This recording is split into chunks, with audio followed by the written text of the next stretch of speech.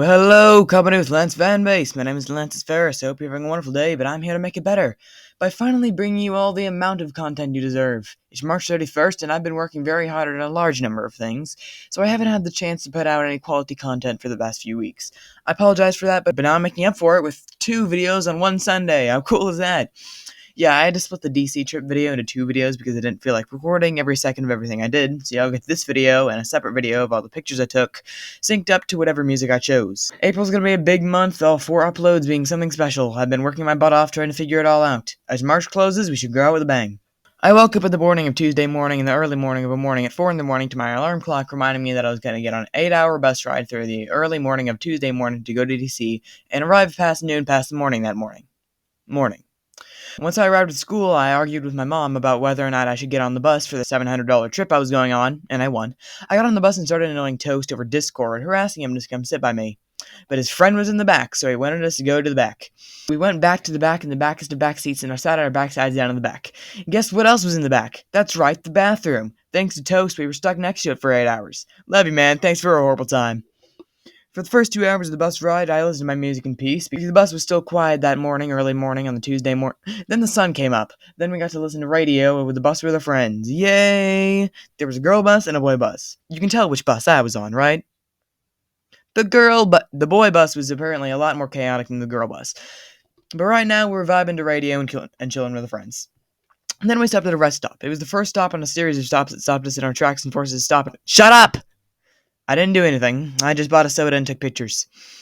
Once we got back on the road, I dove into my snack pack as I started to annoy Toast, who had just woken up from a nap.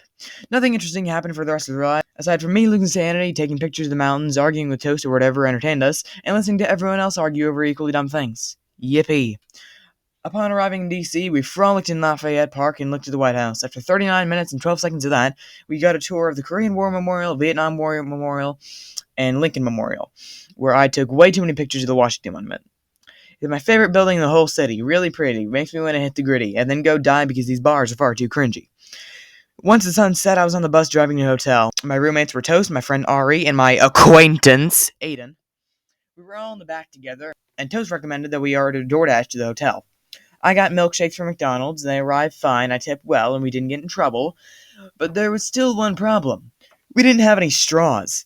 We searched the room, no straws. Searched the room next to us, no straws. Searched the frickin' lobby of the hotel, no straws.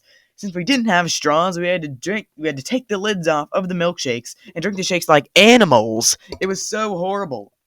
I'm not joking. Toast couldn't do it. He spilled it as soon as I handed it to him. On the carpeted floor.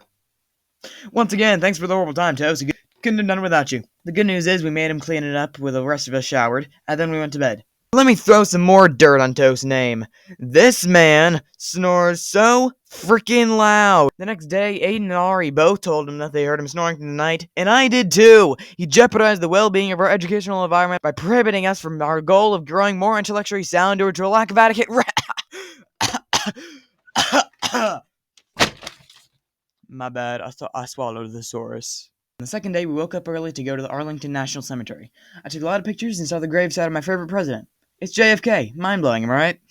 In Arlington, there was a tomb of the unknown soldier. I would say something about it, but everything I can say has surely been said before. Still recommend it, though.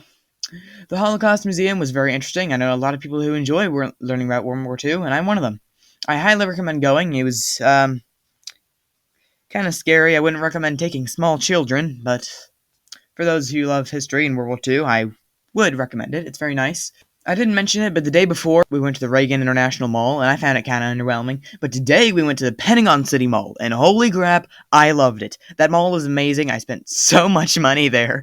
And Toast got scammed by a GameStop, and a lady selling hats, and a DC-themed gift shop.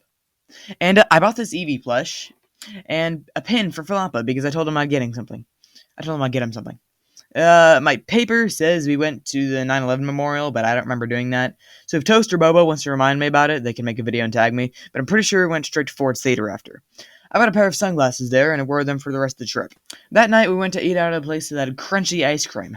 Aiden took one bite of it and asked us, "Guys, why is it crunchy?" So we think they tried to poison him. Toast and I had pasta that we waited over an hour for while Aiden and Ari made fun of us. Me personally, I wasn't going to take that from someone who was chowing down a crunchy ice cream, so I tackled him to the ground and we beat each other up on the floor until we fell through the floor into the kitchen below. Then I realized my pasta was ready. Hooray! In all seriousness, the pasta wasn't that good, but I was too hungry to care. We ended the night with a ghost tour that a guy yapped about way too much, checked into the hotel without any DoorDash this time, and passed out while watching American Dad. We made Toast sleep on the roof this time so we can sleep in peace. Third day, we woke up to people throwing a rave on the floor below us, followed by a drill sergeant coming into the room and screaming at us to get up and get moving. The first thing we did was take a big fancy photo outside of the Capitol building for the yearbook. I don't remember a lot from that day, but we went to the Smithsonian. That's all I can think of. And we got ice cream from a park. On the final day, we toured Mount Vernon. While everyone else was looking around at the beautiful scenery, I was blasting Yankee Doodle from a Bluetooth speaker and playing with sheep.